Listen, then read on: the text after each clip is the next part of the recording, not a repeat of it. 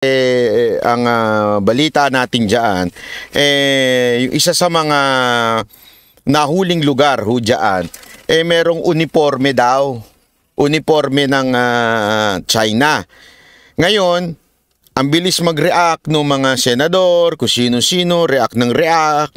Actually, isa yan sa bagong topic na inire-react ng mga Enchimada vloggers.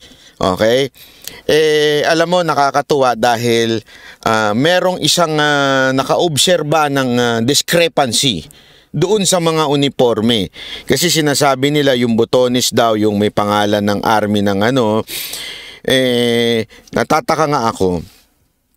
'Di ba pag sinabi mong China, ano ang unang-unang pumapasok sa utak natin mga Pilipino? Aside from Pogo. Nung wala pang issue ng mga Pogo-Pogo, wala pang issue ng West Philippine Sea, anong unang-unang pumapasok sa kukote natin pag sinabi mong China? Hindi, ako nagtatanong lang ako sa inyo. Lazada, Shopee. Hindi, 'di ba? Pag sinabi mong halimbawa, etong cellphone ko. Gawan China 'to eh. Galing China. Yung ganon. Peke 'yan. 'Di ba tama mali? Yan kagad yung unang-una nating maiisip eh. Peke 'yan, hindi totoo 'yan, ha. Pero ngayon, tila may problema tayo. Ang bilis nating kagad mag-react. At keso sinasabi kagad natin na totoo na kagad yan. Nagigets ninyo? Totoo na kagad na uniforme yan. Sandali. Diba ang China nga ang mabilis magpeke ng mga bagay-bagay? I mean, I'm not saying it is not true, but somehow, wag naman tayo gullible agad-agad na maniniwala. Diba? Wag mo tayo kaagad-agad na sinabi lang na merong tawag dito, meron yung bilog o yung botones na may... Bakit? Di ba natin nakikita ang police uniform sa PNP na hindi naman na mga PNP officer o PNP kawani ng PNP sa Pilipinas? Tama, mali? Ang dami-daming nakasuot na PNP pero hindi naman sila police. Di ba? Issue nga yun sa Pilipinas. Sa tingin ninyo sa China, hindi issue yan? Issue rin yan. So, dapat magaling tayong tumingin kung ito ba ay peke o hindi peke. Dapat magaling tayong magbusisa ng mga ganyang bagay. Kaya nakakatuwa yung in-interview nila Boss Dada kanina umaga dahil maganda yung kanyang paliwanag dito eh. Ito. Si Dr. Michael Bato, mayroon siyang inconsistency na mga nakita. Ano yun? Paliwanag nga, Doc, dun sa mga larawan na yung ibabahagi natin dito. Kaugnay nga dito sa sinasabi nilang Chinese military uniform. Ano bang puna mo dito? So ganito yan eh. Siyempre kami dito sa Canada, OFW, Filipinos abroad, nanonood kami ng mga balita dyan sa Pilipinas. At kaninang umaga dito, nakita ko yung ulat. Hindi ko na lang babanggitin kung anong network yun. Yung SMNI. Definitely. Na pinakita itong mga larawan na nandyan pinapakita natin sa screen sa ngayon. At napansin ko, balik tayo dun kanina. Yan. Yung may mga botones. Yan. Mga botones yan, tsaka pin. Tinignan ko ng mabuti ito at Marak Boss Dada. Tinignan ko yung nakasulat sa baba na airborne. Ayan yung mayroong agila na patch. Siyempre ako alam niyo naman ako may agila, hindi kaya si Andrew yan. Di ba? Hindi, kasi sa kanya yung kanta ng agila naalala nyo? Bago niya binagong sa totoo lang, si Andrew maka-BP Sara talaga Duterte yun. Hindi naman maka-Marcos yun eh. At nung sa kampanya, para talaga siya kay Duterte, kay BP Sara Duterte, kaya lang, no choice na eh. Pero ang talaga niya, kay BP Sara Duterte, no choice lang talaga siya. Oh, hindi kaya si ano ang may gamit nito si Inday Sara? Bagamat ako isang ekonomista, mahilig din ako sa mga ganyan-ganyang mga klaseng mga military uniform, military history. Pinabasa ko rin kasi yan eh. At nakita ko na to kung saan nung araw sa isang aklat. At ni-research ko, no, it turns out na yan, ang airborne na yan. Yan ay 101st Airborne Division ng US Army. Naka! Yung patch na yan. Oh, so yung logo na yan, yung may sa lower right corner ng larawan, sinasabi mo na yung patch na yan ay patch na ginagamit ng US military. Ulit-ulit ka naman eh. Joke lang. Dinidiin lang niya. Ini-emphasize lang niya. Ito talaga si Admar. Definitely yes. Yan okay. 101st Airborne Division ng US Army. Ang tawag pa nga dyan sa wikang Ingles at Mark Bosdada, ang tawag dyan Screaming Eagle. Yun! Mabuti, di ba parang agila na nakalabas yung nakabuka yung tuka. Yan ay Screaming Eagle ang tawag dyan. So kaya ako mismo nagpagulat. Parang ang malungkot na ibon, ano? Pero sumisigaw yan. Kaya Screaming Eagle, ano? Parang nasusupil yung kalayaan ng ibon, ano? Total araw. Parang gusto na naman kainin ni Boss Dada yung ibon, ha? Ayun, malungkot yung manok, ha? Gustong kainin, ha? Talaga si Boss Dada, pag nakakita ng animal, gusto nang kainin kaagad, eh. Kalayaan tayo. So, nung nakita ko yan, sabi ko, ba't teka muna? Diba yung sinasabi nila na ito ay mga uniform di umano ng PLA, ng People's Liberation Army. And then, nito nga, inulat nga ngayong hapon lang at Mar, diba, may naglabas yata ng ulat kung saan sinasabi na ginagamit daw itong mga uniform na ito sa pang-scam. Pero this brings more questions eh. Kasi kung gagamitin mo ito sa scam at ang iyong kliyente ay mga nasa mainland China, but why are you using patches ng American military? Kung ang scam.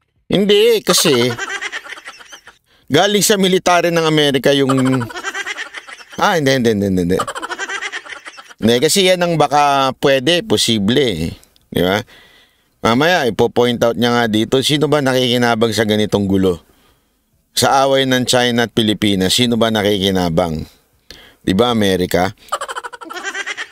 Kaya nga dito, posible kaya na itong uniforme na ito ay nanggaling kay Uncle Sam?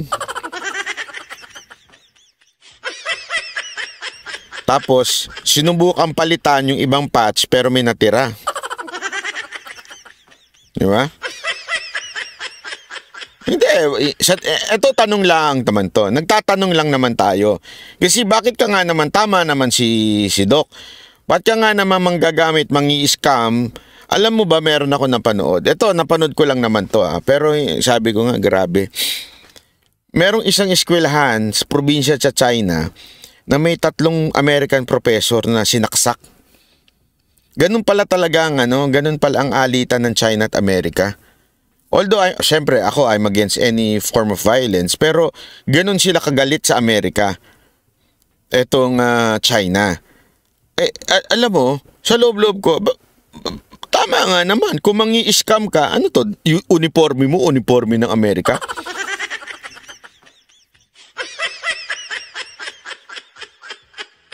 Kaya nga ngayon, ito talaga, ngayon ko na lang naintindihan na yung sinabi ni Pangulong Marcos. Ngayon ko lang naintindihan. Ngayon ko lang napagtanto. Nasabi di ba niya, pauunlarin natin ang buhay ng mga farmers, pauunlarin natin ang mga magsasaka natin. Ngayon naintindihan ko na ibig sabihin. Ano kinugnayan, Banat Bay? Hindi, kasi ngayon, usong-uso ang tanim. May tanim bala sa airport. Ngayon, may tanim uniforme naman. So, uunlad talaga ang mga magsasaka, yung mga nagtatanim. Ang hindi lang natin alam, iba pala yung tinutukoy ng ating presidente. Yung palang nagtatanim ng yun ang uunlad. Di ba? Sabi ni Pulp Channel, di ba? Kahit si Nino nagsusuot ng uniforme.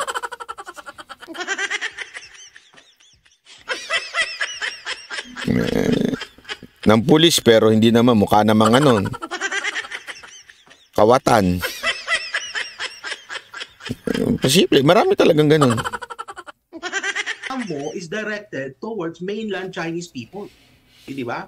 So ikalawa, yung mga uniform na yan, yung mga nakikita ninyo dyan, pwede kang bumili niyan online. So you can buy that. I mean, yan, no? Yan, freeze muna natin dyan sa picture na yan. Yung uniform na yan, sinearch ko yan online, you can buy that for around $130. Kasama pa shipping. Alam mo, totoo yan. Hindi. Kahit ako, alam ko yan eh. Marami mabibili sa internet ng mga uniform.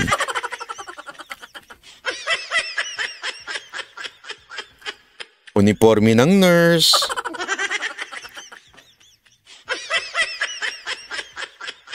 Uniforme ng mga estudyante. Kahit nga uniforme ng baseball player.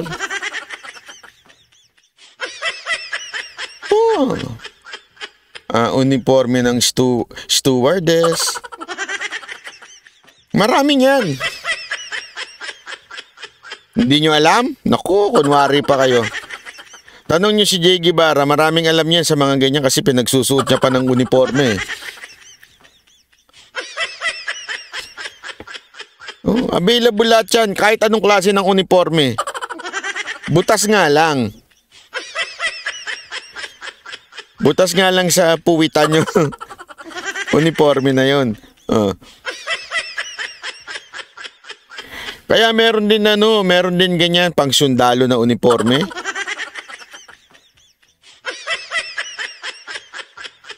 So pwede kang bumili ng mga uniform na yan. At kung titinan nyo yung 3 piraso ng uniform na yan, nasa semento, yung nasa bahagyang taas, yung mga maliliit na uniform ito. Hindi. I disagree. Pasensya ka na, Doc, pero I disagree. Uniforme, malaki ho talaga yan. Kasi gawang China, kaya nung nilabhan, lumiit. Kaya ganyan yan.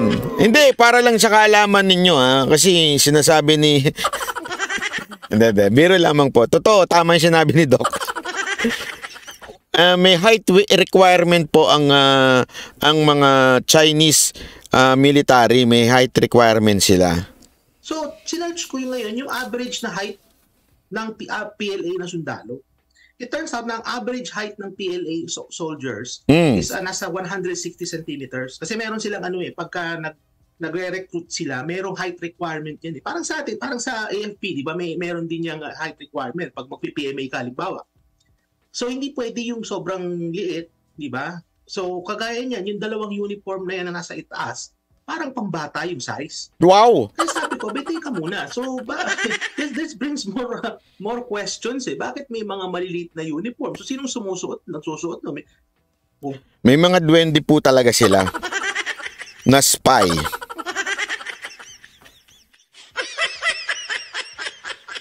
Hindi, since uso naman ngayon yung mga spy eh. May spy sila. Meron din palang spy dyan sa Pogo.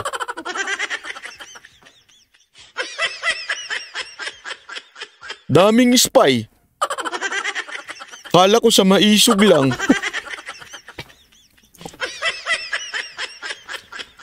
Talay. PLA yan, pati ba PLA nagre-recruit na ng mga batang espiya ngayon? Di ba?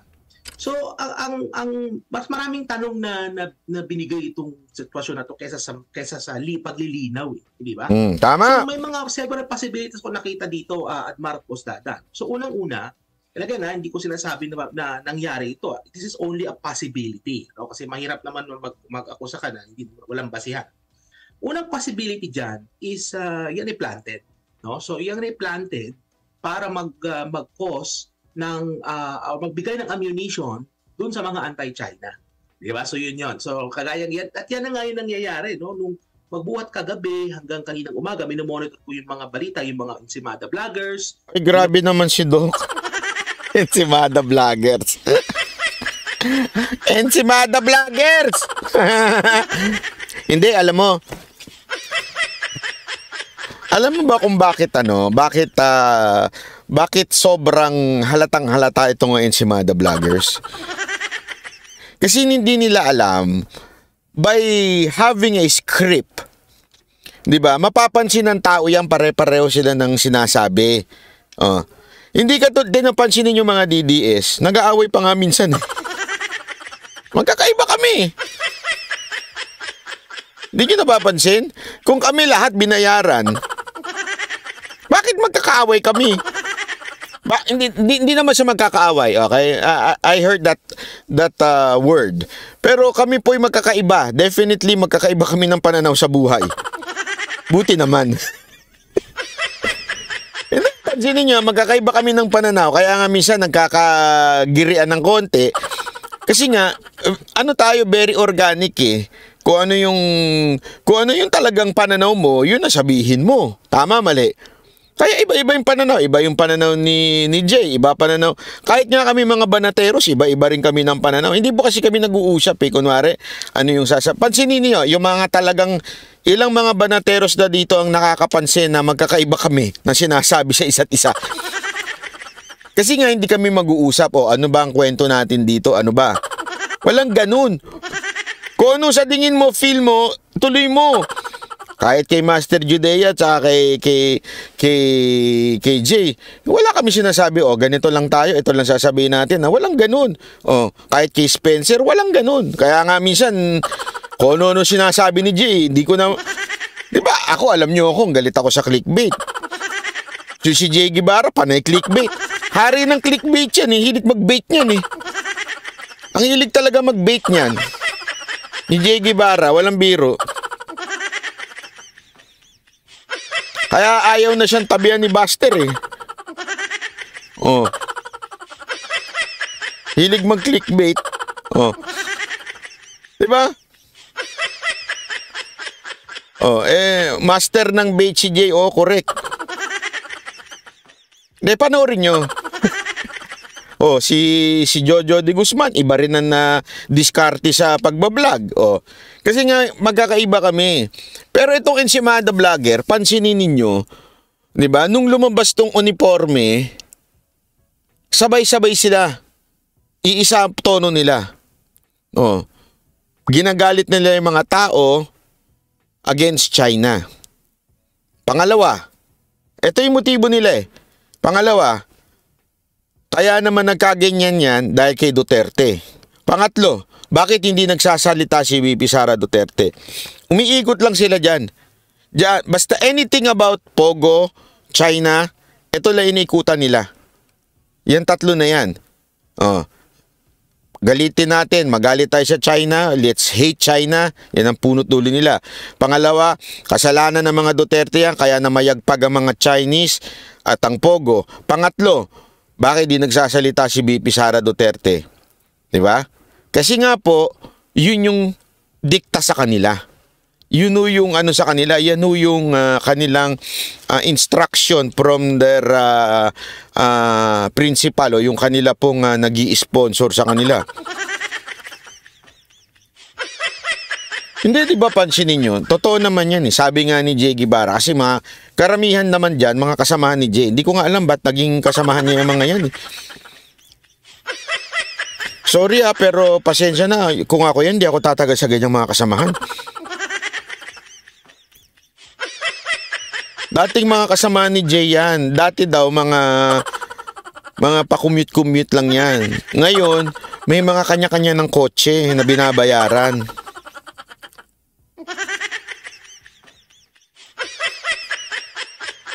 Ganun daw yung mga yan kayayaman na. Ang hindi nila alam, nagkamali sila dyan. Dapat fully paid ka na. Pag hindi ka kasi fully paid, delikado. Bakit kanyo? Kasi baka mamaya biglang tumigil yung pagbibigay sa inyo ng bayad, kayo umabitin, mahatak pa yung kotseng binabayaran nyo. Di ba? Sabihin mo na kung kumikita ka ng 30 mil kada buwan, di ba? Mababayaran mo nga naman yung inutang mo.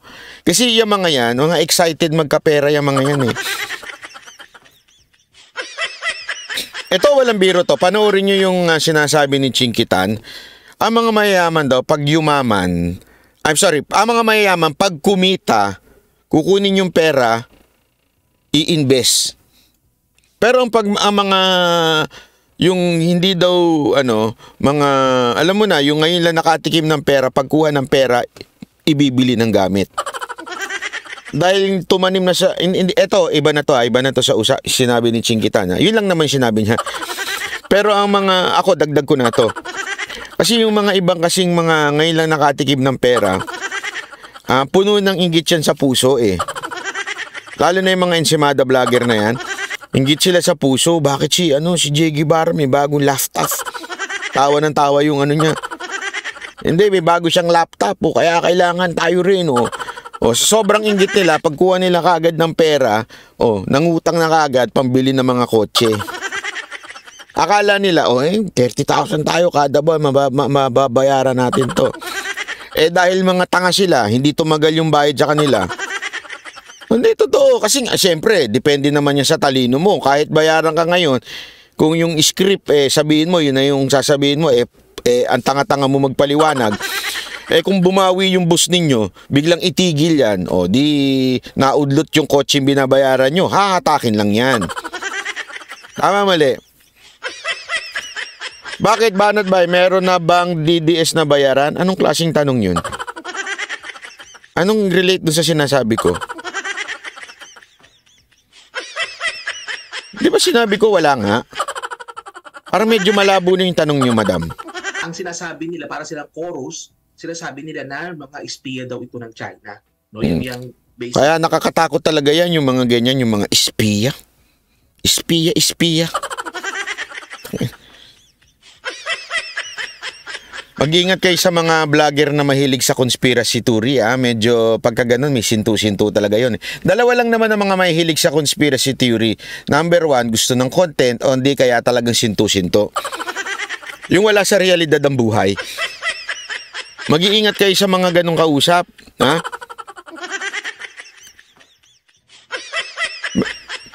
Meron ba kayong kilalang kaibigan o di kaya vlogger na sinusundan na mahilig sa conspiracy theory? Ingat kayo doon. Baka kini-clickbait lang kayo noon para lang may content sila. Kasi alam mo, ito ang problema kasi ng vlogging. Ikikwento ko lang sa inyo ng bahagya. Pareho din yan ng problema ng mga media. Ang media, kailangan araw-araw silang may news. Okay? At the same time, kailangan may rating sila. Kasi kumikita ang bawat istasyon ng telebisyon, karamihan dyan nasa news.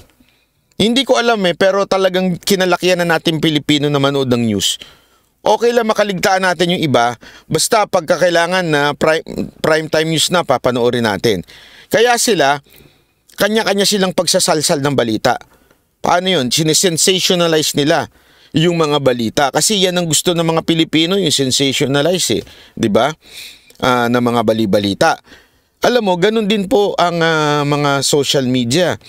Gusto nila yung sensationalize, yung chismis, ika nga. Pag chismis kasi, mas mabenta yan kesa sa katotohanan. Ay, naku po. Gawa ka ng chismis, gawa ka ng, halimbawa lang, clickbait mo.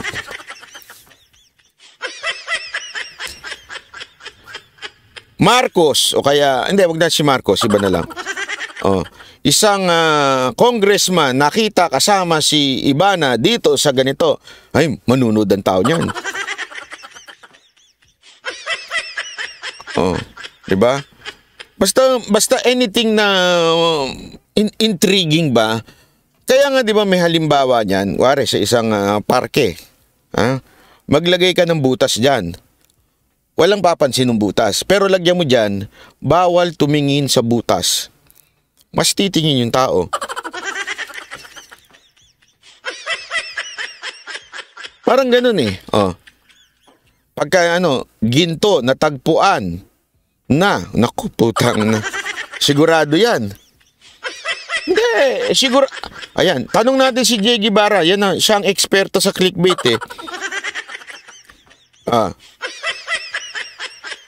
Di ba? Pagka ganyan pagka mga ganyan, okay na, abangan upload ko sa Bayarang Vlogger, may bago na naman. Ay, grabe. Ganyan tayo mga Pilipino eh. Kaya itong mga ensimada vlogger na ito, sa totoo lang, wala ho silang matinong content kung hindi yung script lang na ibinigay sa kanila. At itong script na ito na may spy na nakapasok sa atin. Ang sarap ano nyo eh. Yung okay yan, spy. Di ba? Ang daming manunood yan. Basta ginamit mo na, hindi, ano yan eh, kasama sa ano yan, gamitin mo yung salitang spy. Tayo, mahilig tayo sa ganyan, yung mga Pilipino. Pagka may spy, manonood tayo. Oh, di ba? Oh. Sa mga nakita na sa mga uniform na yan. So it already created damage. Di ba? Meron na kagad na Ay, Diego Latigo, may spy sa maisog yan. Marami na kagad nanonood. Tapos, ang daming kagad naniwalang tanga. Hanggang sinuplak sila. Kasi hindi nga minsan nag-iisip yung ibang Pilipino, ano yung tanga si Pangulong Duterte? Tandaan ninyo si Pangulong Duterte, siya ho ang pinakasinusundan ng maisog. Maisog, Pangulong Duterte yan. No. Tapos meron pang, gusto mo na magandang title ngayon? Master Judea? Pinag-uusapan kasi namin mga clickbait eh. Ilagay mo ngayon title dyan. Spy na huli sa KOJC.